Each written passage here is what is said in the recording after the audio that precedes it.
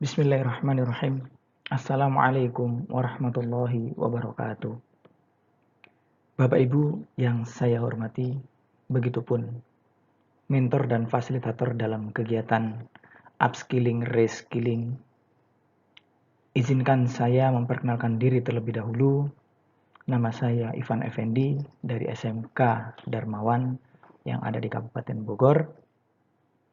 Berikut saya ingin menyampaikan hasil tugas yang sudah diberikan berkaitan dengan pemandu wisata dalam skenario 1 yang berkaitan dengan menjadikan wisatawan lebih aktif dalam kegiatan berwisata. Ada banyak sekali hal-hal yang memang harus dipelajari seorang pramu wisata sebelum mereka terjun dan bersama-sama dengan wisatawan dalam melakukan kegiatan. Di antaranya adalah yang pemahaman tentang latar belakang budaya wisatawan. Dalam sebuah rombongan pastinya banyak sekali budaya-budaya yang dibawa oleh peserta. Sebenarnya budaya atau kebudayaan itu apa sih? Kebudayaan adalah segala hal yang berkaitan dengan seluruh aspek kehidupan yang dihayati dan dimiliki bersama. Artinya, budaya ini adalah suatu hal yang sering dilakukan dan bisa menjadi sebuah aturan yang normatif. Tanpa harus dituliskan, maka sebuah hal tersebut bisa menjadi budaya dan kebiasaan. Salah satu contoh, budaya yang ada di Amerika atau ketika ada wisatawan dari Amerika datang ke Indonesia. Kita harus mengetahui, salah satu budaya adalah kita tidak boleh menanyakan apa agamanya. Atau hal yang lain, apakah Anda sudah berkeluarga, berapa anak Anda, dan siapa nama istri Anda. Padahal ketika kita bersandingan dengan orang Indonesia, kita pasti akan membicarakan hal tersebut. Obrolan-obrolan berkaitan dengan agama, anak, menikah, itu biasanya sangat-sangat menyenangkan bagi kita sebagai orang Indonesia. Karena bisa menjadikan kita lebih dekat satu dengan yang lainnya. Nah, budaya yang seperti ini tadi harus dipelajari dan harus diketahui oleh seorang pramuwisata. Sehingga kita bisa menjadikan wisatawan tersebut nyaman bersama kita. Selanjutnya adalah komunikasi secara efektif. Berkaitan dengan komunikasi secara efektif ini apa? Ada penggunaan bahasa dan intonasi nada yang harus sesuai ketika kita berhadapan dengan seseorang.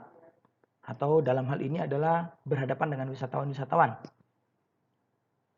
Dan pastinya bahasa dan nada ini harus disesuaikan juga dengan 3 hal. Tingkat pendidikan, usia, dan letak geografis. Yang pertama dengan tingkat pendidikan, tidak mungkin kita menyamakan pembicaraan atau menggunakan bahasa yang sama dengan orang yang memiliki tingkatan pendidikan yang berbeda. Dan yang kedua, begitupun bahasa yang kita gunakan pastinya juga berkaitan dengan usia penutur atau orang lawan berbicara kita. Usia yang lebih tua, kita gunakan bahasa yang lebih halus. Dan yang terakhir adalah letak geografis. Contoh saja menggunakan bahasa Inggris. Berbeda sekali dengan bahasa Amerika dan bahasa British. Kita penggunaannya sangat berbeda. Dan bahasa tersebut dipengaruhi dengan letak geografis dari negara tersebut. Atau contoh gampang dalam bahasa Indonesia, orang di pesisir pantai dengan orang di pegunungan, penggunaan nadanya sangat berbeda. Ketika di pesisir pantai mereka lebih suka teriak karena suara yang dihasilkan terhempas oleh angin. Sedangkan orang-orang yang di pegunungan biasanya mereka lebih halus dalam berbicara atau menggunakan intonasi nada lebih rendah. Nah, hal ini juga bisa kita implementasikan atau bisa kita gunakan ketika kita bersama dengan wisatawan. Penggunaan bahasa dan intonasi nada harus selalu digunakan dengan baik supaya apa? Wisatawan selalu merasa nyaman dan mereka selalu bisa merasa aktif berinteraksi dengan kita.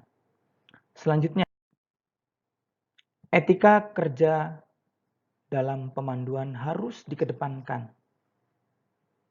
Biasanya ketika kita sudah merasa dekat dengan seorang wisatawan dan wisatawan tersebut selalu aktif dengan kita dalam beberapa kegiatan, kita lupa bahwa kita ini sedang bekerja. Dan etika kerja, begitupun peran, fungsi, ataupun tanggung jawab kita sebagai pramuwisata, bahkan terkadang kode etik kita tanggalkan. Nah, ketika kita sudah merasa dekat dengan wisatawan, dan wisatawan pun merasa aktif atau bisa dilibatkan dalam kegiatan tersebut, kita tetap harus bisa menjaga diri kita dalam kaitannya mengedepankan etika kerja kita. Begitupun sikap diskriminasi. Hal ini perlu selalu dijaga. Terkadang seperti yang saya sampaikan tadi, kita sudah menyukai beberapa wisatawan dari sekian banyak. Maka kita selalu mendekat saja dengan wisatawan tersebut. Terkadang wisatawan yang lain merasa tidak dilibatkan. Nah, hal inilah yang menjadikan kita lupa dengan etika kerja kita. Bahwa kita ini seorang pramuwisata. Kita memiliki peran, memiliki fungsi dan tanggung jawab yang mana salah satunya adalah selalu merangkul semua wisatawan sehingga mereka merasa nyaman. Mereka mendapatkan keamanan, kenyamanan dan juga kebaikan-kebaikan yang lainnya. Dan yang terakhir dalam kaitannya menjadikan wisatawan aktif dan dilibatkan dalam setiap kegiatan pemanduan adalah kita memberikan games.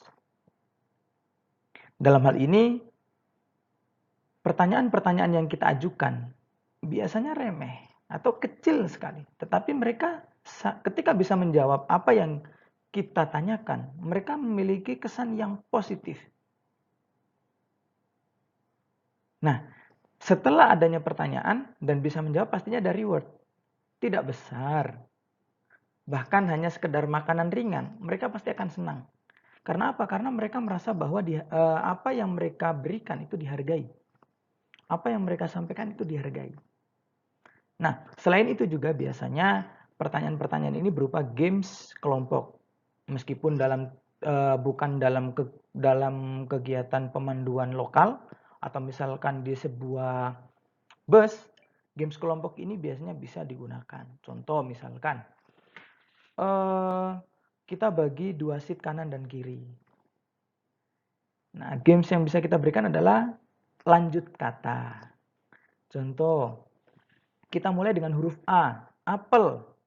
Nah, huruf yang di belakang ini harus menjadi huruf pertama dari kata selanjutnya. Misalkan, apel, L, 5, A, apalagi dan selanjutnya. Nah, ketika sukses, pastinya mereka juga harus tetap diapresiasi. Sehingga apa yang telah mereka kerjakan mendapatkan perhatian dan mereka selalu merasa senang berada di antara budaya-budaya yang mereka kunjungi. Mungkin sekian yang bisa saya sampaikan dan ini adalah cara ketika kita harus melibatkan wisatawan dalam setiap kegiatan pemanduan. Artinya ketika kita bisa memahami budaya wisatawan tersebut, maka kita pasti akan bisa menggunakan bahasa yang baik dan nada yang tepat dengan wisatawan.